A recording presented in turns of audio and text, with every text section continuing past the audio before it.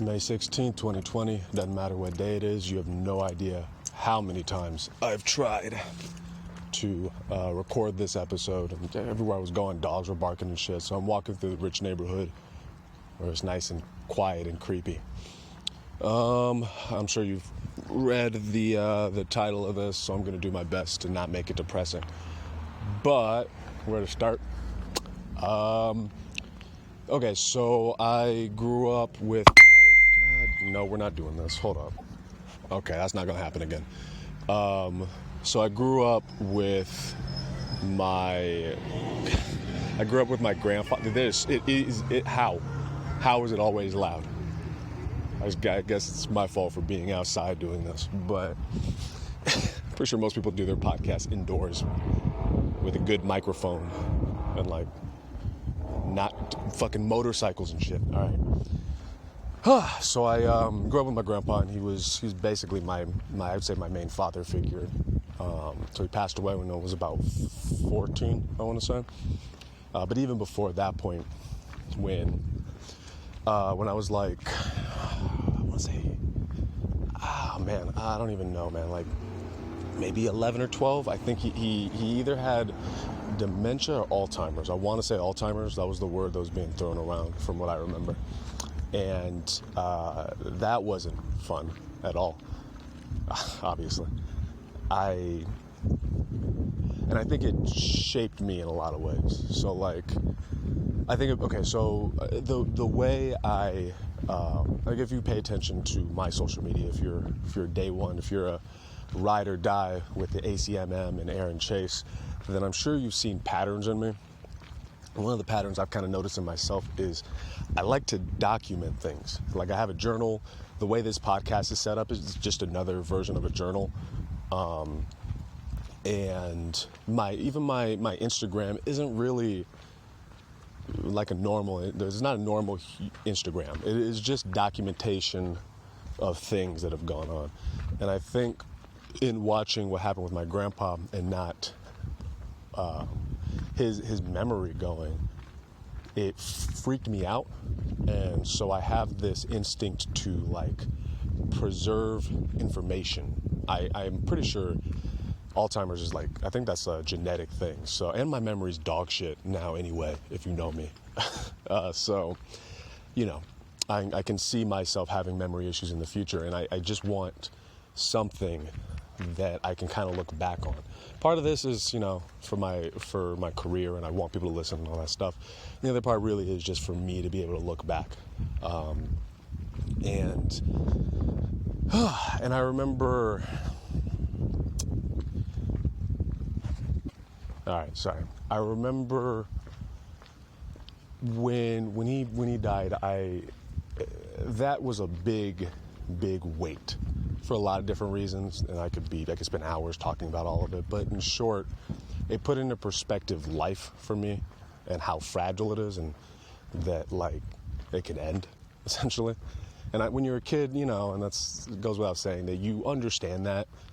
You watch Old Yeller and you figure it out. You understand, like, yes, people die. But when it happens to you, and if you've ever had someone die, if you're listening to this, I'm sure you get the feel. There's this hole, especially when it's someone that's close and important to you.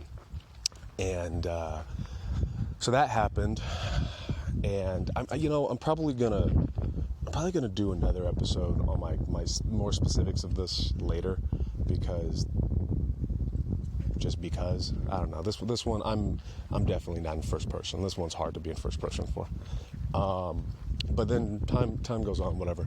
And then my freshman year of college,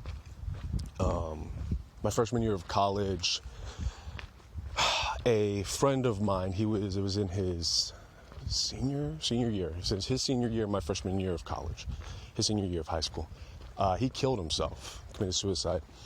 And that was another wake-up call, but in a different way. Stuff with my grandpa made me realize, like, I should preserve these memories and this information, and I should try to appreciate people while they're here.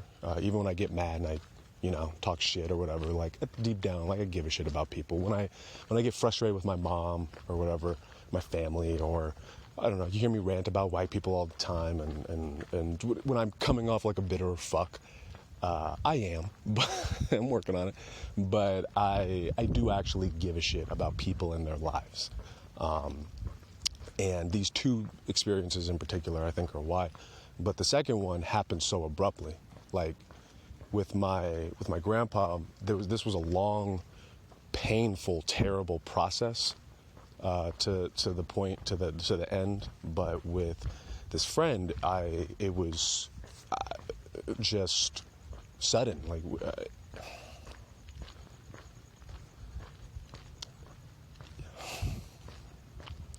surprising, I guess. It was, fuck, sorry, I'm not getting the words right for this, but surprising and not surprising at the same time.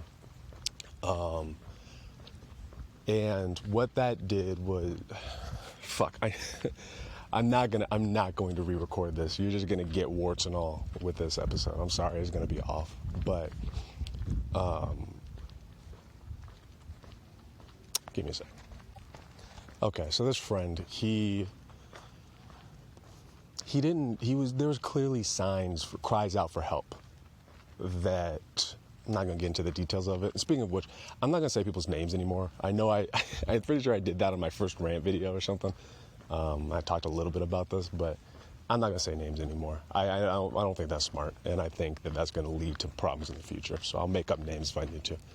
But he was just showing, he's behaving really strange. And he was doing that all throughout my senior year of high school. And there were just clearly a lot of cries for help that nobody answered, essentially. And so when I found that out, I remember, you know, it's cliche. I know it's hacky for me to say, but like, I should have fucking reached out. I think about that to this day. I still think about that, actually. I should have reached out, should have said something.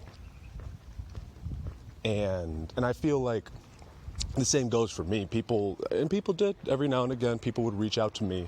And I think those people are the reasons why I didn't kill myself a long time ago, why I'm still here, are the few people that said, hey man, are you okay?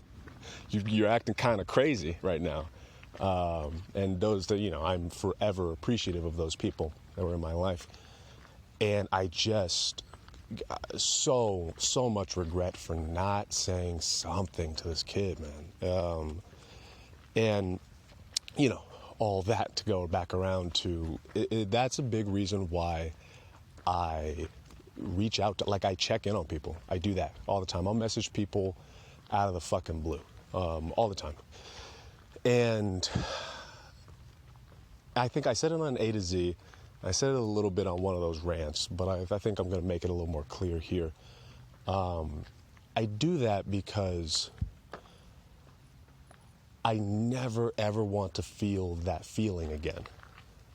Maybe that's selfish, I don't know, but that feeling of that person came to mind, and I could have reached out. We have all this technology.